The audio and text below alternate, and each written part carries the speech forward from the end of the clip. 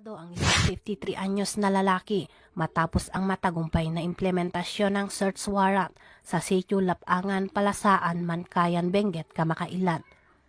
Pinangunahan ng RPDEU CAR ang operasyon, katuwang ang Mankayan MPS, 1st PMFC, PDEU Benguet PPO at PNP-DEG SOU CAR.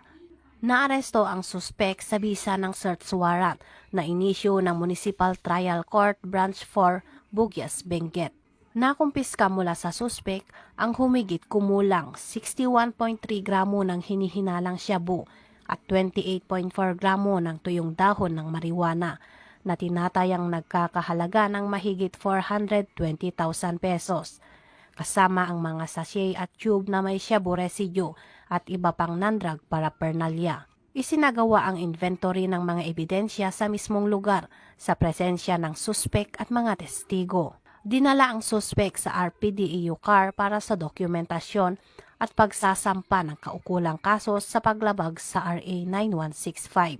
Patuloy ang PNP sa pagpapatupad ng mas pinaigting na kampanya kontra iligal na droga upang mapanatili ang kaligtasan at katahimikan sa komunidad. Mula dito sa Baguio City, ako yung PNN correspondent, Patrolwoman Jessie Sabado, alagad ng batas, tagataguyod ng Balitang Pulis.